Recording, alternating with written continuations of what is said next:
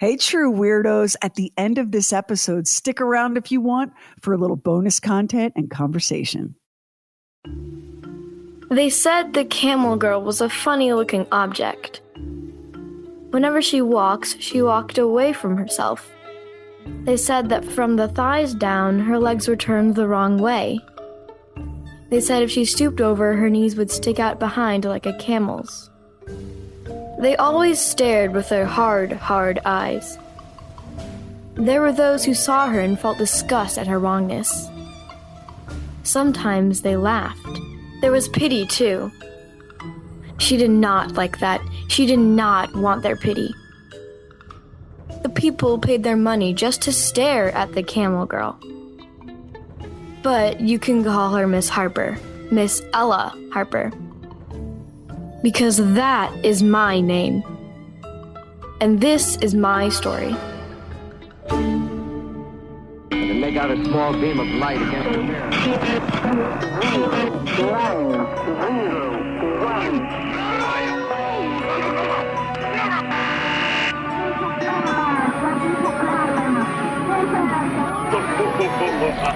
Truly weird stuff. In 19th century America, before radio became the first mass medium to captivate the public's attention, and before movie theaters opened their doors, there was another form of cheap, super popular entertainment. They called them dime museums. These were places that offered the kind of diversions and exhibits that today we think of as sideshow material. In the late 1800s, every city and even good-sized town was likely to have a dime museum. By 1930, only New York City could make that claim. It wasn't just competition from radio and movies that ended this brief and weird chapter in American pop culture. There was also the problem of the freaks, as journalist Grant Dixon put it, writing for the Tennessean newspaper in 1929. The dime museum's bill of fare usually consisted of dwarves, giants, bearded ladies, fat men and women, living skeletons, and tattooed men and women. Today, we call those folks people and not freaks. In those days, there were few medical options to treat a deformity or a disability. You had to adapt, figure it out, make the best of it. If just navigating daily life was a struggle, imagine how hard it was for many of these people to earn a living. Not to mention the ignorance and cruelty they faced on the regular, the ugly names they were called, the fear and superstition they inspired. The circus offered them a haven from that. Yes, the crowds could turn nasty, and their fascination was more dehumanizing than devoted, but the sideshow paid well. Beyond even that, it was a welcoming community for people who had lived their entire lives as different, as other, as a spectacle. At least in the circus, being a spectacle paid. There was big money to be made by exploiting everything from congenital anomalies to hormonal disorders to conjoined twins. And it wasn't just the impresarios who made bank off their human commodities. The performers themselves cashed in too, earning far more than they'd ever be able to in the outside world. The salaries of the freaks were governed by the law of supply and demand. The rarer the freak, the greater the salary did he command. And there weren't enough freaks to go around. To meet the shortage, many unscrupulous managers hired bogus freaks. Their wild men of Borneo were in many cases harmless men born on American soil. In the galaxy of bogus freaks, there were Homo equus, the half-man, half-horse, the monstrous double-headed giants, the four-legged and three-legged freaks, and the man with the bullet hole through his body, which was in reality only an optical illusion. It all began with P.T. Barnum. Long before there was a Barnum and Bailey circus, there was the American Museum in New York. Barnum opened it in 1840 and stuffed it full of all sorts of curiosities. There were scientific instruments, historical dioramas, a dog-powered loom, wax figures, taxidermy, live animals including trained bears and big cats and beluga whales. They lived in 2 small tanks in the building's basement, and they never lived for long under those conditions. There were human performers as well, like magicians and ventriloquists, and the world-famous General Tom Thumb, who stood at just 35 inches tall. For 24 years, the American Museum entertained people coming from everywhere. 38 million visitors in all, which was 6 million people more than the entire population of the United States at the time. Then tragedy struck. On July 13, 1865, the museum went up in flames. It was one of the most disastrous fires ever battled in New York. Most of the animals trapped in their enclosures died in the blaze. Others jumped through windows to escape the flames, only to be shot by police. It was hellish. But it wasn't over for P.T. Barnum. He vowed to rebuild, and just 2 months later opened Barnum's new museum on Broadway. When that too burned to the ground in March 1868, Barnum was like, screw this. So he made a slight change in his career, turning to politics and the circus business, which back then were apparently 2 different things. How times have changed.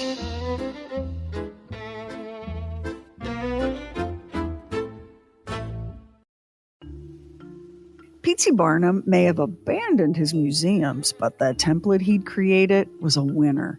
The very first dime museum opened for business on the Bowery in New York City in 1876. It was founded by a circus hand named George Middleton.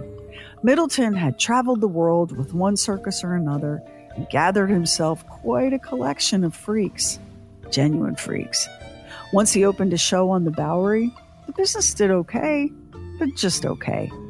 And then Middleton took his idea to Chicago, and the Windy City couldn't get enough. Here were people who could appreciate a bearded lady, people willing to drop their dimes into Middleton's hand just to get a peek.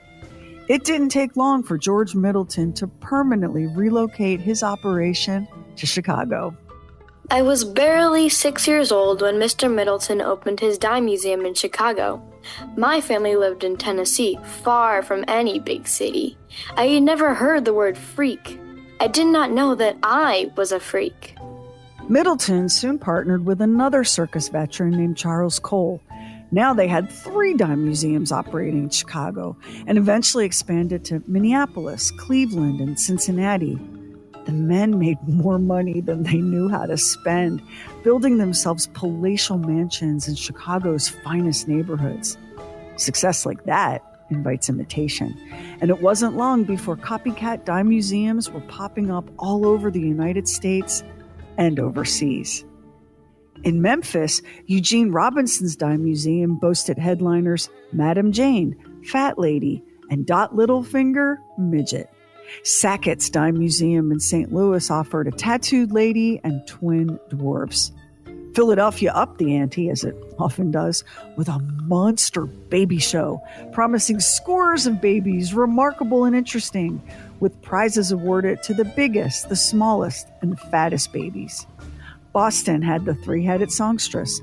Baltimore advertised Sammy Bishop, the handsome fat boy, the armless man, and the wild warrior chieftains of King Cetewayo's army. And in Detroit, a dime would buy you a glimpse of the world's ugliest dwarf. If you're thinking, oh my God, the cruelty, the ableism, right? But don't leave out the racism. A dime museum in Rochester, New York advertised the Singing Indians, the only educated Indians on the American stage. Most heartbreaking was Big Winnie, a black performer whose claim to fame was her size. At 600 pounds, she was unable to manage the stairs to enter the dime museums, but even that was turned by management into an opportunity to turn a profit. When Big Winnie was scheduled to appear, word would go out heralding her arrival. Crowds would gather to see her hoisted into the buildings via rope and tackle. I could cry at what they did. And unlike her fellow performers, many of whom became incredibly wealthy, Winnie died in her first year on the circuit before she could sock away the small fortune that could have been hers. There was a gentleman named F.D. Coyle who made his living as a dime museum lecturer. In a nutshell, it was his job to tell the customers stories about the exhibits. Facts didn't matter, he explained. It was all about coming up with a ripping good yarn right off the top of your head. Just had to be interesting. Coyle considered himself an expert on the population of freaks who earned their paychecks in the museums. He noted that poor families made easy targets when it came to recruiting talent because the money that could potentially be earned on the dime museum circuit was staggering. It was life-changing. The problem was, he said, was that it was getting too easy to pull off a fake, and that with so many fraudulent freaks saturating the market, supply was exceeding demand. The fact that Coyle himself was in on creating these fakes didn't faze the man a bit. He shared this story. The most successful gorilla ever known in this country was an educated German who was a chemist and spoke 4 languages. He arrived here with his wife and not but 50 cents in money. He wanted to open a school for languages. He consulted a man named Dr. McClellan with the idea of getting advice on the subject. The doctor learned that the German's body was covered in hair. The German was advised to hire out in a dime museum at the corner of Broadway and 9th Street. False nails were put on his fingers, and his wild, weird, and woolly aspect was heightened by all the arts then known to the dime museum profession. He drew crowded houses in the city for a long time. Then he went with me to Chicago, where I fixed him up as a gorilla. We chained him to the floor with heavy shackles, and his roars of anger could be heard a mile away. Strong men grew weak looking at him, and at last the authorities stopped the performance. The gorilla is now a reputable manufacturer of pocketbooks. Okay, so super fun thought. There's a very good chance that someone living today has an ancestor who came to this country, a highly educated chemist, but kicked open the door to the American dream by pretending to be a gorilla. Where's Ancestry.com when you need the most, right? Also, it's so on brand, isn't it? Like, hi. Were you like super smart and multilingual and a credentialed professional in your country of origin? Yeah, about that. Welcome to America. Now you're a gorilla. But young Ella Harper? Ella was no fake, no gaffe. She was born in Sumner County, Tennessee on January 5th, 1870. Her parents, William Harper and Minerva Ann Childress, were farmers. She had a twin brother named Everett, who died when he was just 3 months old. There were 4 more children in the family, 2 girls, Sally and Jessie, and 2 boys named Willie and Earl. My brothers Earl and Willie and my sisters Sally and Jessie were strong and fine, with legs straight as tree trunks. I do not know if my twin shared my affliction. Was he my mirror reflection, or would he have been whole, able to run and climb, fast and strong enough for both of us? Ella's affliction was an extremely rare orthopedic condition called congenital genu recurvatum. It's a deformity of the knee joint, which causes the knee to bend backward, if you can picture that. It occurs once in every 100,000 births, and it's more common in women than in men. And as you might guess, it can be painful. And that's just the start. Other symptoms include weakness and instability, decreased range of motion, and discrepancies in the length of the legs. Ella's was a congenital case, something she was born with. But don't think that means you're out of the woods. Genu recurvatum can also develop because of trauma and even from too much time spent in a cast. And this isn't something that's easily treated, not even today with all the advances medicine has made. Surgery is an option now, a surgery called anterior opening wedge proximal tibial osteotomy. That's the most common surgical procedure, and it's every bit as hardcore as it sounds. In Ella's time, the late 1800s, are you kidding? Amputation was pretty standard treatment then for a badly injured or infected limb.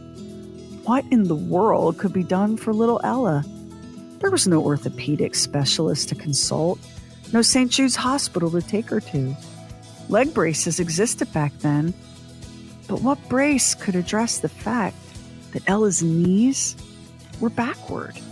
Was I revolting? A thing to be pitied or feared or despised?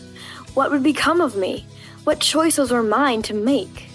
Pinpointing the moment that Ella became a performer is tricky. Her family was well known in Sumner County, but what historical records exist don't fill in many details. Well, I take that back. There is this juicy bit ferreted out by a hobby genealogist and blogger named Ray M. Ella's brother, Earl, thought by some to be a foster brother, was actually her half-brother. Ella's father had apparently stepped out on his wife, and the result of that affair was left in a basket on the Harper doorstep. A descendant of Ella's sister Jessie told Ray that the family still has that basket to this day. You can wish the family had been as keenly interested in Ella's show business career, but how was she supposed to compete with a scandal like that? What we do know is that at age 12, in October 1882, Ella joined the sideshow. People were fascinated by her appearance. Yes, she was a lovely girl with long, thick, wavy curls and an open, pleasant face, big, bright eyes. But that's not what provoked the open-mouthed stares. It was easier for Ella and more comfortable for her to move about on all fours, something that only accentuated the strange configuration of her legs. That was a thing you didn't see every day. It seemed that their eyes were curious, but without pity. There was something else in the way those eyes fixed on me. Though I could not name it, I felt its sting. It was all so new and so very strange. Ella's early career took her on the road, performing around New Orleans and St. Louis. How did she manage being away from home? So young, so unworldly. Who looked after her? Who looked out for her? Where did she sleep? Who taught her the ropes? Who, if anyone, helped keep her safe? I want to imagine that another performer, maybe the tattooed lady, took her under her wing, batted away the roughnecks and rubes who saw Ella as something they could take and use in whatever vile way they pleased, a trophy. I was homesick sometimes, and I was scared sometimes. But for the first time, I saw that there might be a use for me. And I was seeing places and wonders. I had no idea the world could be so big. Then Ella's world got even bigger. A man by the name of W.H. Harris came calling. Harris was the owner of the Nickel Plate Circus. Harris's show was a one-ring circus, but no less stuffed with marvels than any bigger competitor. The mightiest popular price in all the swinging universe, barring none. It is unapproachable. It is incomparable. It is unassailable. It is colossal above all others. Harris was born to be a showman, clearly, but he was also a shrewd businessman. The question is often asked, how can you afford to put on a show for 10 or 20 cent cost of admission? The answer is plain. The Nickel Plate Show makes use of 70 horses, midget Shetland ponies, and trick mules, the biggest performing elephant that walks the earth, and the largest and finest den of acting lions and tigers in the known world. I believe the shortest cut to honest wealth is to give the people plenty for their money. The rich patronize this great moral show, not because the admission is low, but because it's a good show. Others visit it because it's both cheap and good. A pleased patron of the Nickel Plate Show is ever after a firm friend of myself, W.H. Harris. Here's a guy who was born to be a circus barker. Harris founded the Nickel Plate Show in 1883 in Chicago. He understood his audience. He was a master at creating excitement and enthusiasm for a spectacle. His animal menagerie was matched by an equally provocative human menagerie. Where else could the public hope to lay eyes upon the wonderful tattooed Fiji Island cannibal? Or the only male and female Samsons on the continent, matching their enormous strength against teams of horses and elephants. Harris had an eye for talent, and it didn't take long for word to reach him that there was a young girl down south, a girl with a most peculiar deformity, one who would draw crowds of the curious to the Nickel Plate Circus. Harris did more than offer Ella Harper a job. He made her a headliner. The Camel Girl became a star almost overnight. In the circus world, performers had something called pitch cards. Think of like a baseball card. One side featured a photo of the performer. On the reverse, there would be a blurb, often the story of how they came to be. These cards would be passed out to promote the show, but some performers also had a side hustle, autographing and selling their pitch cards. The card Harris created for Ella Harper, the Camel Girl, said this: I am called the Camel Girl because my knees turn backward. I can walk best on my hands and feet, as you can see me in the picture. I have traveled considerably in the show business for the past 4 years, and now this is 1886, and I intend to quit the show business and go to school and fit myself for another occupation. Miss Girl, look at you. Talk about self-assured and empowered. At a time when people saved up their dimes just to gawk at you, there you are dreaming and planning another kind of future for yourself. W.H. Harris was kind of a genius for that pitch card. With it, he launched his newest star and created scarcity. Better get out and see the Camel Girl now while you still can. Here's the thing. That wasn't just good marketing on Harris's part. It was Ella's truth. Harris was just clever enough as a showman to capitalize on it. And here's another thing he did to boost ticket sales for Ella.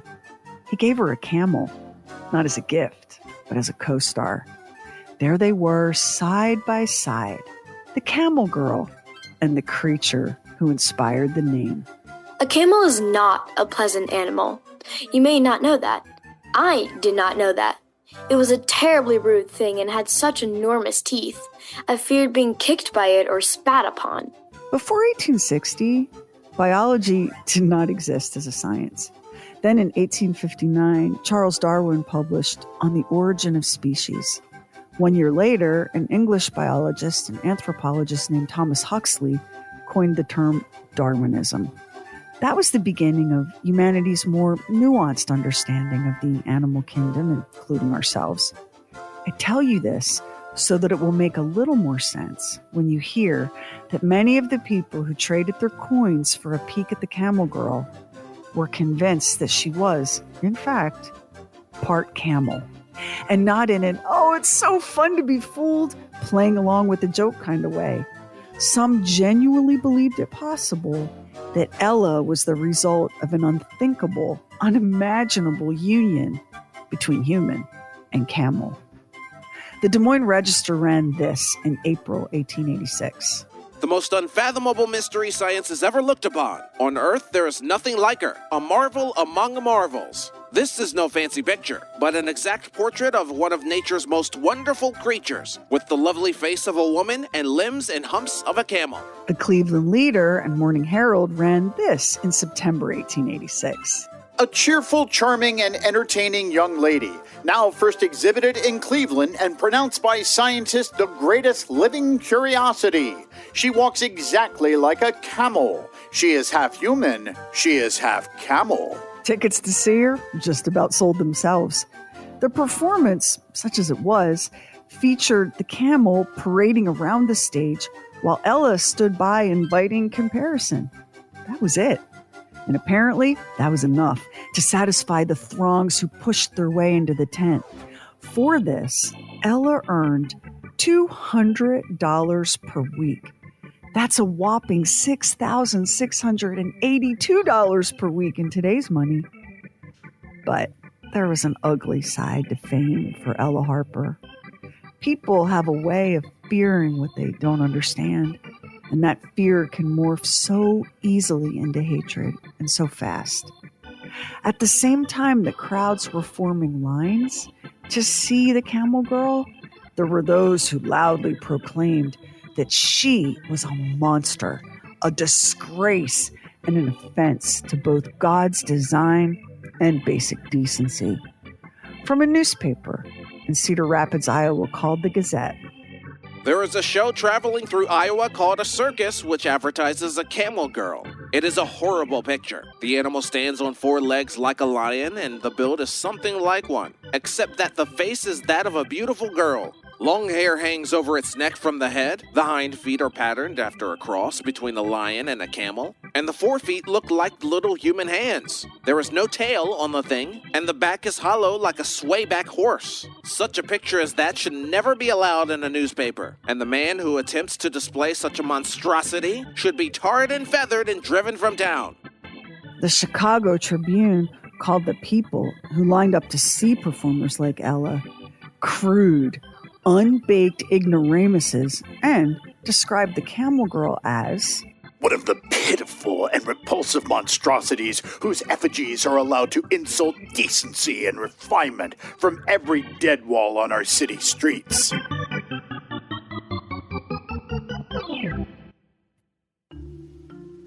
In Ella's day, and right up through the 1940s, freaks were not just a big draw for the circus, they were kind of like royalty. Look at the amount of money Ella was earning. A fortune back then, and honestly, a big old payday now. Who wouldn't like to bring home nearly $350,000 a year? But stepping forward into the stage lights to earn that money was almost a kind of masochism. Because what were you there for but to be ogled and othered? To be the target of gasps and sometimes screams, to be mocked. An audience isn't a mob, but it is a crowd, and like a crowd, it can turn dark. One voice in the darkness hollers a cruel slur, and maybe that gives another person permission to do the same, and another, and so on. It wasn't uncommon for people to throw things at the sideshow performers, to treat them not as human beings, but as objects, as a spectacle. I grew to despise the stares and the unkind words. It was as though I were an animal that could not understand, but I did understand. And just as they observed me, I observed them. One town was the same as any other. The people were the same. I did not care for what I saw in so many of those faces. Ella Harper, the Camel Girl, made good on her promise to retire from the sideshow. She was 16 years old, with more money than she'd ever dreamed possible. She returned to her childhood home in Sumner County, Tennessee, and she went to school. She was nothing if not determined, and when she left the stage, she left it for good. Ella vanished into private life. She was determined to live not as a monster or an oddity, but simply as a woman like any other. Just a few years after Ella came home, her father died in a house fire. 5 years later, her brother Willie passed away. Still, she persevered, and then a wondrous thing happened. Ella fell in love. Are you shocked? Yes, I think you are. You who see me only as a thing, a deformed and hopeless thing. Robert is not like you.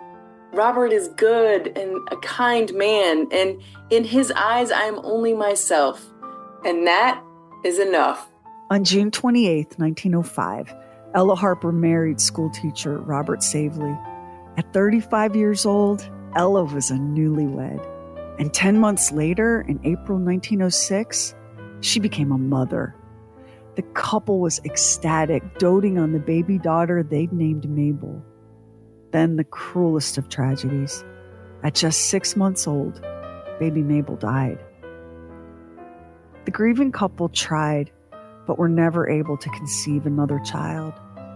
By this point, they were sharing their home with Ella's widowed mother. How they yearned for a family to raise. How Ella ached to be a mother. Eventually, they made the decision to adopt. There was a baby girl, an orphan. We named her Jewel, Jewel Savely. We brought her home, and at last, we were a family. But once again, Ella and Robert's joy was short-lived. Baby Jewel died at 3 months old. Crib death is what they used to call it. Today we call it SIDS, Sudden Infant Death Syndrome. 2 years later, the couple relocated to Nashville. Maybe they hoped a fresh start would ease their grief. Maybe they were running from memories too painful to carry. Maybe Ella could no more bear the pity in her neighbor's eyes after the loss of her children than she could bear the pity in the eyes of the townspeople who'd once saved up their dimes just for a chance to behold the Camel Girl. Years passed. Ella and Robert never again tried to become parents. They lived quietly, just the two of them. And if the people of Nashville wondered at Ella's condition, if there were any who knew of her past on the sideshow circuit, history doesn't say. The Camel Girl was forgotten. Her fall from public acclaim was as rapid as her rise to fame had been. When the symptoms began, it was unpleasant, but not remarkable. She had pain in her belly. She was often fatigued. Weight fell off her already slight frame, something she chalked up to tiredness and poor appetite. She may have suffered from constipation, something generally treated then by enema. It's unknown if Ella sought medical treatment for the colon cancer that took her life. Ella died at home on the morning of December 19th, 1921. She was 51 years old. Her death certificate lists her occupation as housekeeper. Her obituary makes no mention of her career as the Camel Girl. To this day, she's an enigma, a beautiful, mysterious enigma. She's buried in Nashville at the Spring Hill Cemetery, interred with her father, William, and her mother, Minerva, who passed away 3 years later in 1924. Ella's beloved husband, Robert, remarried a woman named Elizabeth Gabbard in 1924, and then he died in 1932. Some stories are beyond understanding.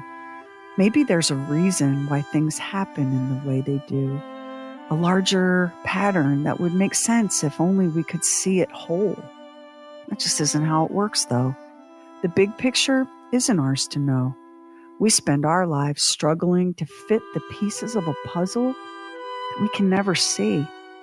If life was fair, then Ella would have had the happiest of endings. Didn't she deserve that? Hadn't she suffered enough? Freak shows have made a resurgence in pop culture, but it's a very different world than the one Ella knew. People with disabilities or medical disorders are no longer forced into the sideshows to make their living. When the Americans with Disabilities Act was signed into law on July 26, 1990, it became illegal to discriminate against people with disabilities across all aspects of life, including the workplace. Ella would have marveled that such a thing might someday be possible. She knew only stigma and hardship and the brutal calculus of trading her human dignity for a fistful of coins. But she also knew freedom. The sideshow gave her the chance to step out of hiding to earn her independence. And if her life after the circus was marked by grief, it wasn't the grief of helplessness or of shame. It wasn't grief caused by her deformity, by her difference. It was just life, in the way that life can be random and achingly cruel, completely inexplicable. Just life. And in that way, Ella was no different than any of us. No different than anyone. The very thing she dreamed of. Just not the way she dreamed it. Next time on True Weird Stuff, we're going back to the circus.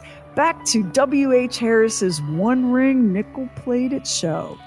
Harris was famous for the Camel Girl and infamous for Gypsy the elephant. Maybe he should have stuck to parading his human menagerie around the ring, because it turns out the animals of the nickel-plated show weren't nearly as cooperative. Special thanks to our voice talents on this episode: Vivian Fisher, who portrayed young Ella, her mother Ashley Palmer Fisher, who portrayed adult Della, also Stuart Watson, Don Morrigan, and Carrie Doc Bowser. So we did something very different with this episode that I want to disclose right now. Very, very little is known about Ella Harper. She vanished from public life, and the only information that you can really find is like census data, death records, that sort of thing. And I wanted to tell Ella's story, but there was no way to tell Ella's story using Ella's words because nothing like that apparently exists. So I created Ella for this episode because I wanted her to tell her own story. And I tried to imagine what 12-year-old Ella would say about herself and her life and the circus sideshow. So usually in True Weird Stuff, if a character speaks, they're speaking words they actually said. But in this episode, Ella the Camel Girl is a fictionalized version of the real person. And I would give anything to have a diary or a biography or anything to know what she actually had to say about herself, because it's pretty amazing as stories go. It is a fascinating story, and I knew that sideshow performers did well financially because I had read about the Hilton sisters. We're not talking about Nikki and Paris. These are the Hilton sisters who were sideshow performers and appeared in a movie, I want to say it came out in the 1920s, called Freaks. Probably somewhere in there, 1920s, 1930s. I'm doing it off the top of my head. Anyhow, and they apparently at one time did well, but I don't know what happened to their money, but they were abandoned by their last manager here where I live, and they worked at a parking shop. Grocery store. Yeah, they worked in the produce department, and they were conjoined twins. I don't know if I mentioned that, but they were conjoined. And they were conjoined in such a way that they would have been easily separated with today's technology. But it was a really kind of sad story because they never broke out of that. They never were able to break out of that. And at least Ella was able, despite all the hardships in her life, was able to at least find a life after that where she was no longer defined by this physical abnormality. That's what makes her story so compelling for me, is that she, at a very young age, I mean, she was clearly so smart and so self-aware and so thoughtful. Meaning that she took the world in and really measured it. She left home at 12 and was traveling around on this rinky-dink dime museum circuit in the South before W.H. Harris found her. And as soon as she started making the big money, she was like, I'm getting out of this. And she did. Like, she actually did exactly what she said she would do. At 16 years old, she took her money and went home and went back to school. And the rest of her life unfolded just as she daydreamed that it would, except so much tragedy. And, infant mortality, mother and infant mortality rates were so high.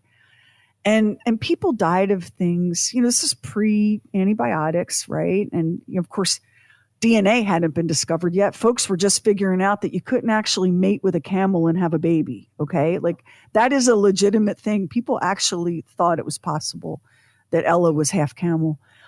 So there weren't the kinds of medical options then, not for Ella or any person born with a disorder or deformity.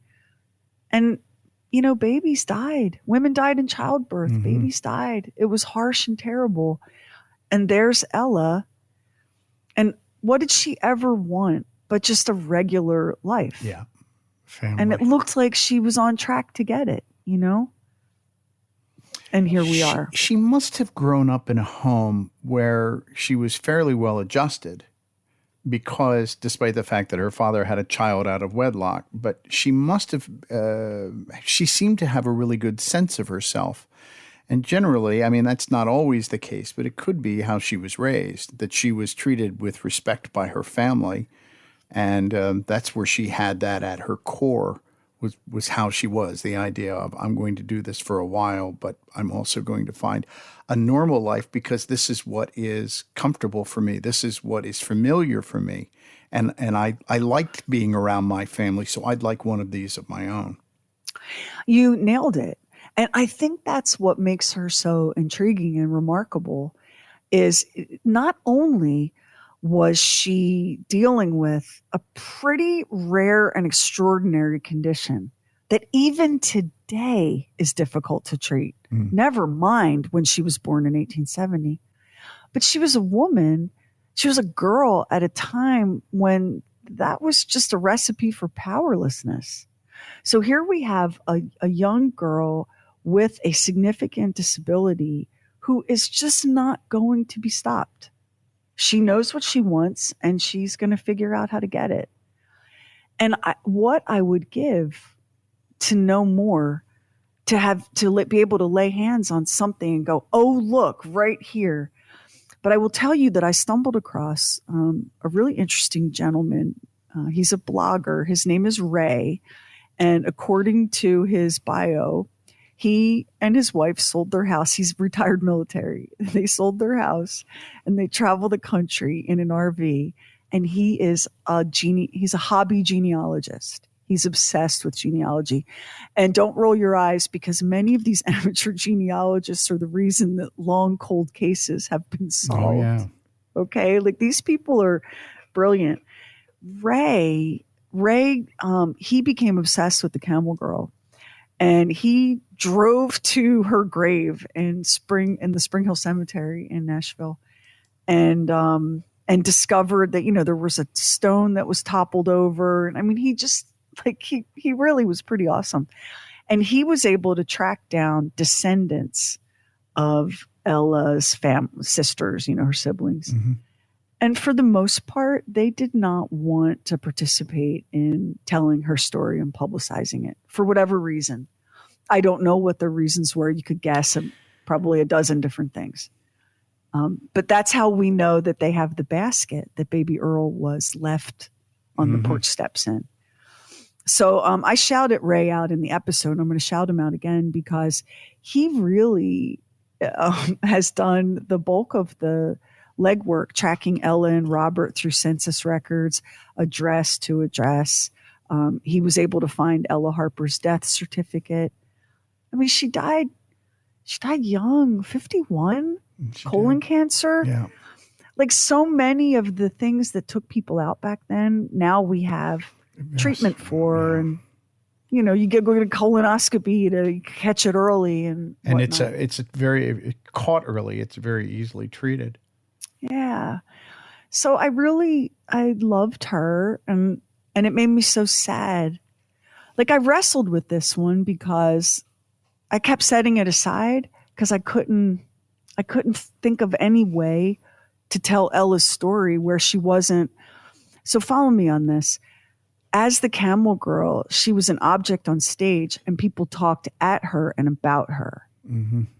But no one ever once asked her, hey, Camel Girl. And I thought, well, it's not fair to tell her to do that to her again. Right. It's to put her on display again. But maybe it's also unfair to have invented that 12-year-old version of her, to have made that fiction part of it. I don't know. What do you think? No, I think that you honored her. I do think in writing that, I think that it was well handled, and you. It's not a matter of pity, but I think you were able to have an empathy for her differentness, because we all have our differentnesses. Do you know what I mean? And hers just was much more obvious. I do think that despite the sadness that she had in her life, I'm glad that the story went that way rather than she was cast aside by somebody, a manager or something at some point along the line and left destitute. Do you know what I mean? I think that would have been a far sadder story, which is what happened, which is really what happened with the Hilton sisters. And I knew somebody that was interested in the Hilton sisters. Said, "You ever heard this story?" And I said, "Yeah." Do you know where this is where they lived? Okay, this is where they worked. Would you like to go see? All right, fine. So we went to the abandoned building where the parking shop was, where they worked in the produce department of the grocery store. And then walking distance from there was the residence where they lived. And what happened was they got the flu and they died, in that residence. So we're in the car and we're going to go to the cemetery to find their graves. So we slowed by the house and looked up at the house, and there was a man in the front yard. And he said, "Can I help you?" And they said, "Yeah, there was some famous women who lived in this house." And he said, "What famous women?" And I said, "Well, it was the Hilton sisters." And of course, they died in that house. And so the one guy yelled at the other guy and said, "Somebody famous died in this. Somebody famous lived in this house." And he yelled back, "They didn't die in here, did they?" Uh-oh. And of course, they had. They did. And I said, "I'm not sure. Bye-bye." And we drove off. I wouldn't do that today. People are so trigger happy. No, we yeah. wouldn't do that today. No. Well, you know what, Max? It's funny because I had that same thought in my time with Ella. I was like, first of all, I was so impressed by her. I was so dazzled by her. And I thought she did not get the ending I wanted her to have. But the ending she got, you're right. It had nothing to do with her differences and everything to do with just life's a real bitch sometimes. It's just a real bitch. And she caught a really bad hand. And the same thing that could happen to anyone. And I think that for Ella, being able to find love and disappear into private life and be left alone and to not have every conversation begin or end with her condition was probably intoxicating. Because not only, you have to think that, she grew up in a family of able-bodied siblings. Mm-hmm. Not only was she conscious of her difference at every turn, and it was difficult to walk upright. It was uncomfortable. And genu recurvatum is a painful condition that does not get less painful as you get older. So she had all of that to deal with, all of it. And to be able to be Ella, Mrs. Robert Savely, Ella Savely, Robert's wife, her mother's daughter, to be able to be all of those things and not have her condition be the headline. I don't think we can imagine. We are privileged and able-bodied. I don't think we can imagine that. No. I just don't think we can imagine that. But I wanted a couple of things that were not mine to wish for, okay? I did want a very happy ending for Ella. And I wanted there to be someone who talked about her or wrote about her where they wrote about her. Mm-hmm. Like the girl, the person, who was the act. And I couldn't find that. And I just couldn't find it. But are you surprised? No. Because somebody would only do that in retrospect. Like the guy Ray you were talking about. Because I don't think at that time anybody could have seen her as anything other than that. And I don't know that you I'm not a biographer. I don't even know how those people do what they do. It's so, the material, the source material is so thin. But there have been a number of novels that take you inside the circus. Water for Elephants, which was also made into a movie, is such a wonderful book. It is. And that's the thing about fiction, is that sometimes when we only have like the bare skeleton of facts, the only way to go inside that story and feel like you're walking in the shoes of those people is to fictionalize it, to make up a story.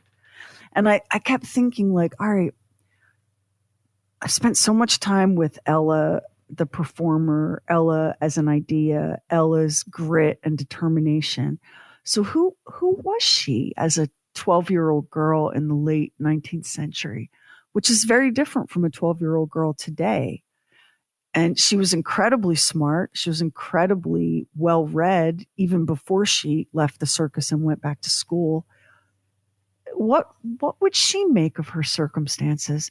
And how in the wide world do you let your 12-year-old go off and join the sideshow? So these are modern parent questions that didn't apply back then, right? Right. But I did, because of her disability, because it was difficult to move, and certainly to move at any kind of a speed, and she was so young and so very, very pretty, I just felt like she was extremely vulnerable away from home, traveling with the sideshow. You know, who took care of her? Who looked after her? At that time, her family were farmers, right? Yeah.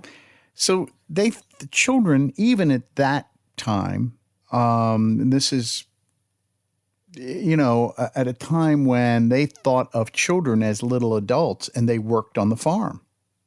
And they may have gone to school, but they still worked on the farm. And because of that, because they worked on the farm, when the industrial age came, they said, well, if they're working on the farm, they can work in the factory. So they were thought of as little moneymakers, little adults. So I'm sure that was part of the decision that led her parents to let her go with the circus. And I'm guessing, I guess one of them couldn't, she had a whole family. I guess one of the parents couldn't stop what they were doing and go with her. And I guess they figured, well, this is her best chance given what the circumstances are. That's, from what I've read, that is exactly what they thought. I mean, it was an incredibly good living for people who might not otherwise be able to work. I mean, you think about, like, this is the late 19th century, early 20th century. There was no like data entry, remote from home situation back then. Work was physically demanding and difficult, whether it was in a farm or a factory or in the general store or on the railroad, right? Work was difficult. And for a woman, careers were so limited at that point. Like, how many things could Ella be? Like she says in the episode, what choices were hers to make? Very few. And, no doubt her parents looked at her. I mean, let's just be real. Looked at her and thought her marriage prospects were poor.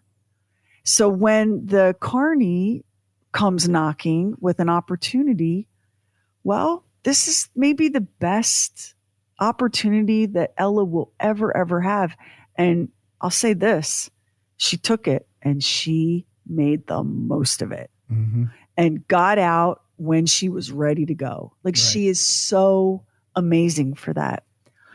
Now she's on the road, and 12 years old in 1882 is not the same thing as 12 years old in 2024, but a young, beautiful, vulnerable girl is the same throughout time. And that's what scared me.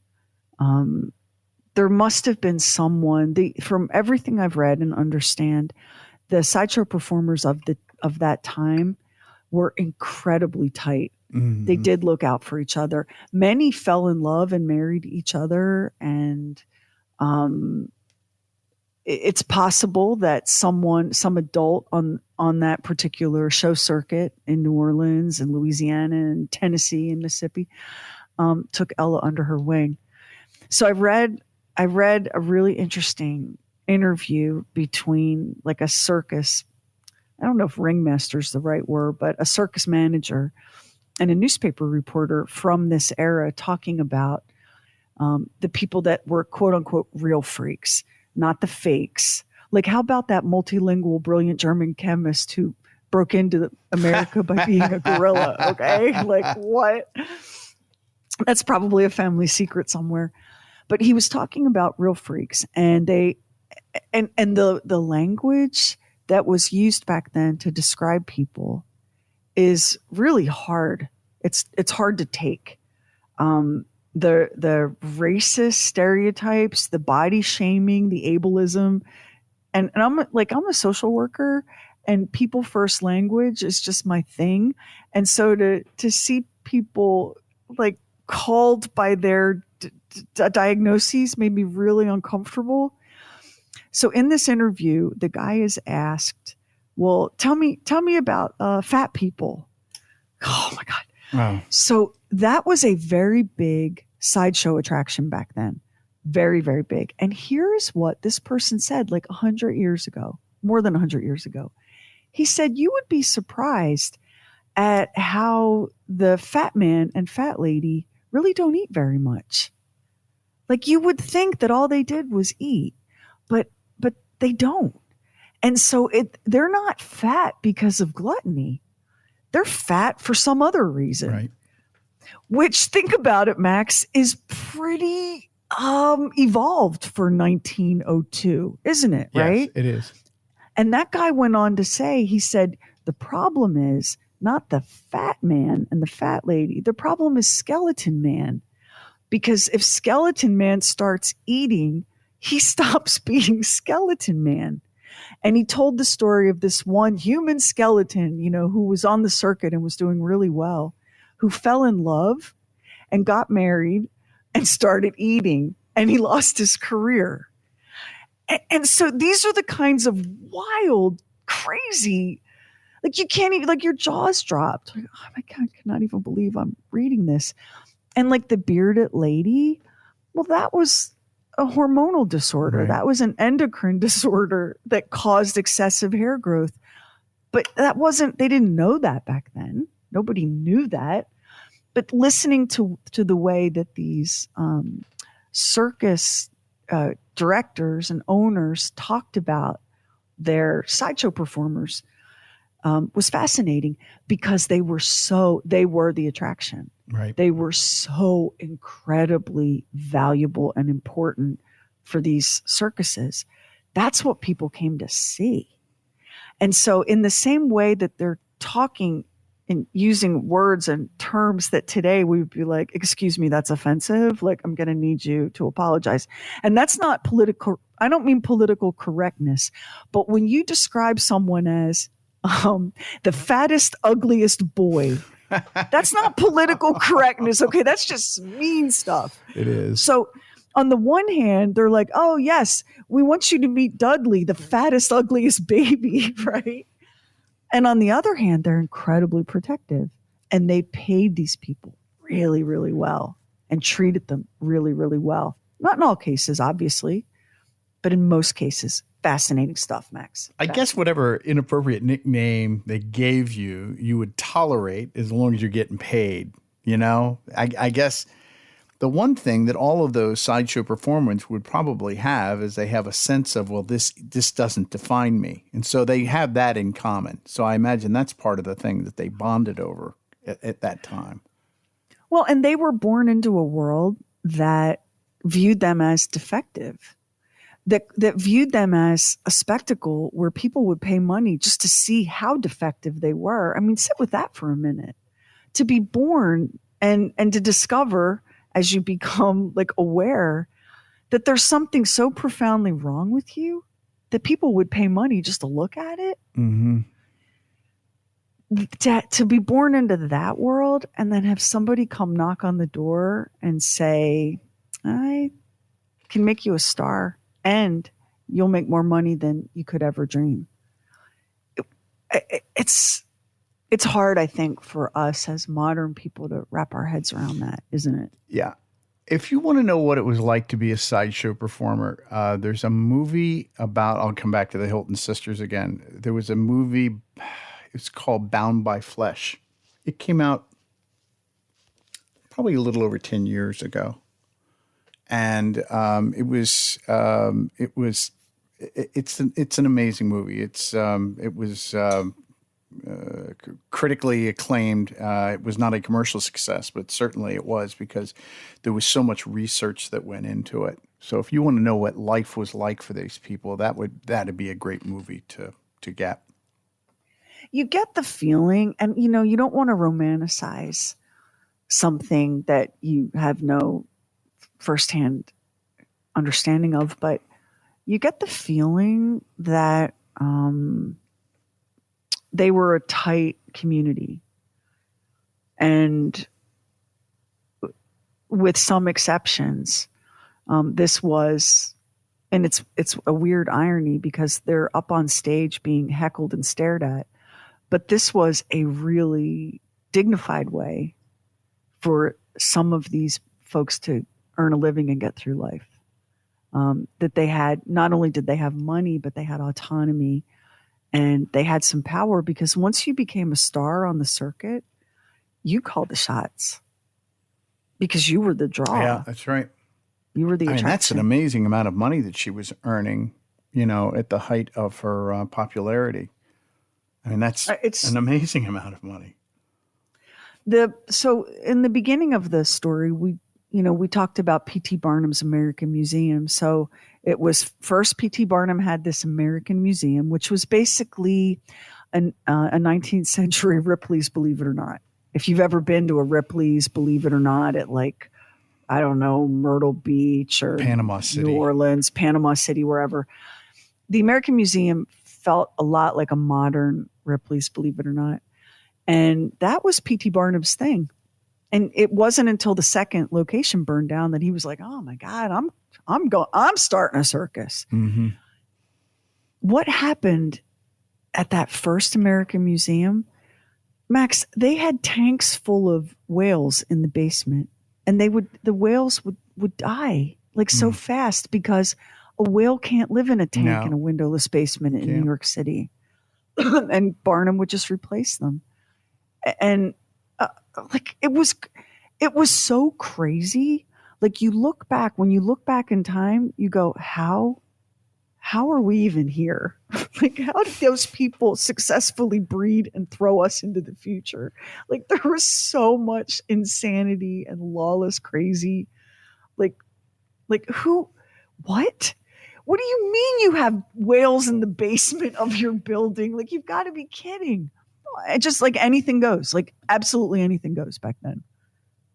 Yeah. But you have to think that there were some people that were saying this is wrong at the time. I mean, we did. Yeah. Where was PETA? We did eventually change. By the way, he did not say there's a sucker born every minute. P.T. Barnum was credited with saying that. He did not say that. Who did? Do we know who did say that? No. I don't know, but I know that's an urban legend that he said that. So the Dime Museum is actually a really cool concept. At the same time that there were museums with precious artworks and stuff, the Dime those were considered very highbrow and for the educated upper classes. The Dime Museum, and they called it that because it cost a dime to get in, but the Dime Museum was for everyone.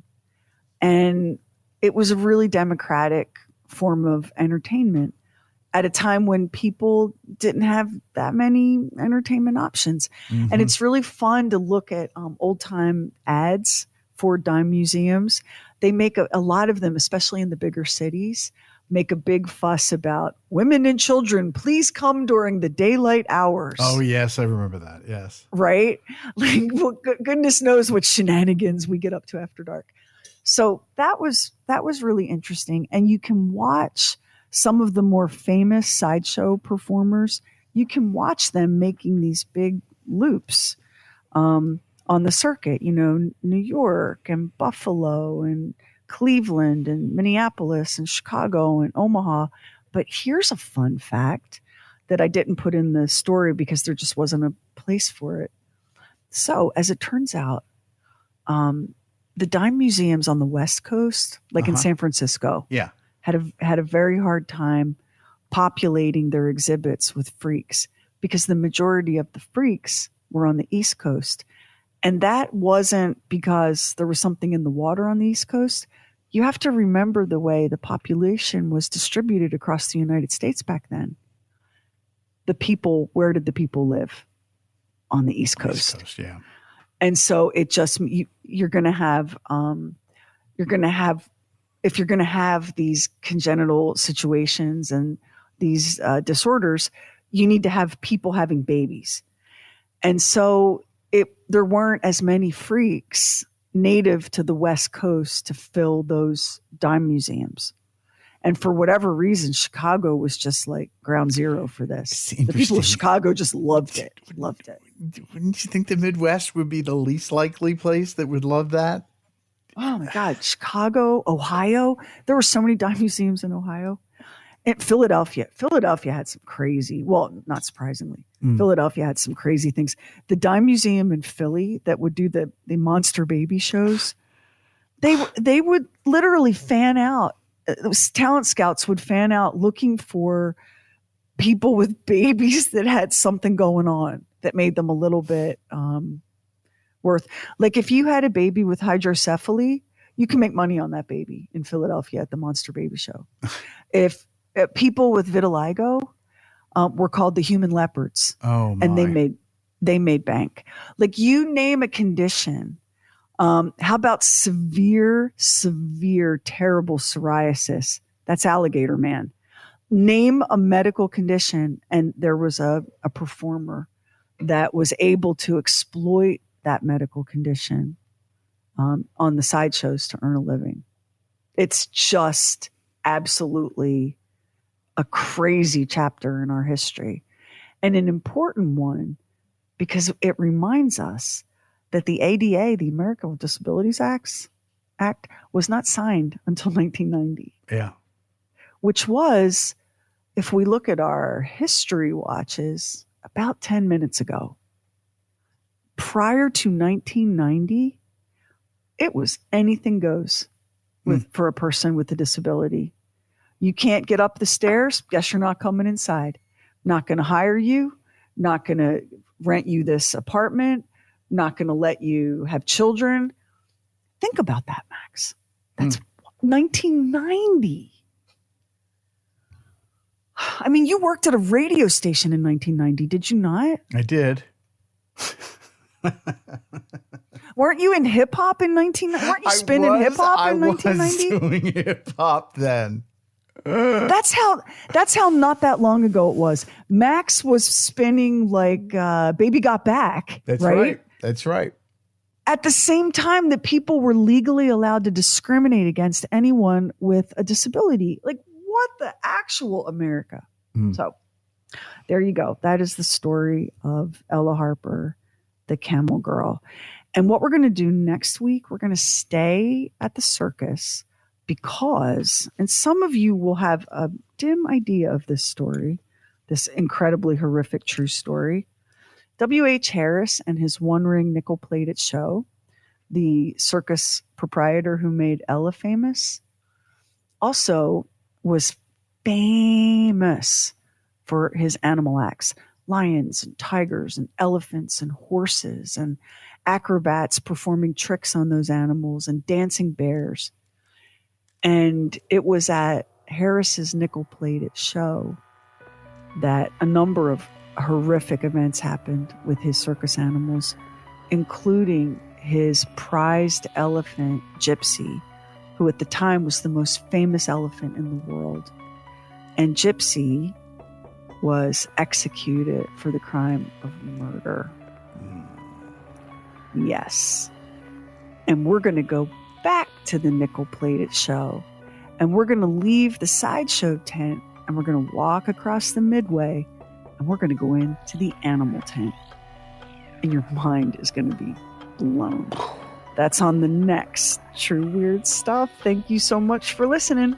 And if you listen to us on Apple Podcasts, hit the plus button in the top right corner, and now it helps an independent podcast like ours to get discovered. And we really appreciate it if you subscribe, rate, and review True Weird Stuff. Hit our website, trueweirdstuff.com, for show notes and photos and videos when we have it, and bonus content. Everything True Weird is waiting for you at trueweirdstuff.com. And follow True Weird Stuff on Instagram and Twitter. True Weird Stuff is a Now Media production. Our executive producer is Anthony Garcia. The show is written and hosted by me, Sherry Lynch, along with my deeply weird director, Max Sweeten. Our equally odd producer is Carrie Bowser. Additional production by the mysterious Stephen Call. Our digital witch and social media cult leader is Heather Furr. Original graphics by Kevin Nash. Original artworks by Olivia Axlin. True Weird original music composed and performed by Jack Griffin and Zane Nash. Copyright 2024 Now Media. All rights reserved. All wrongs remembered.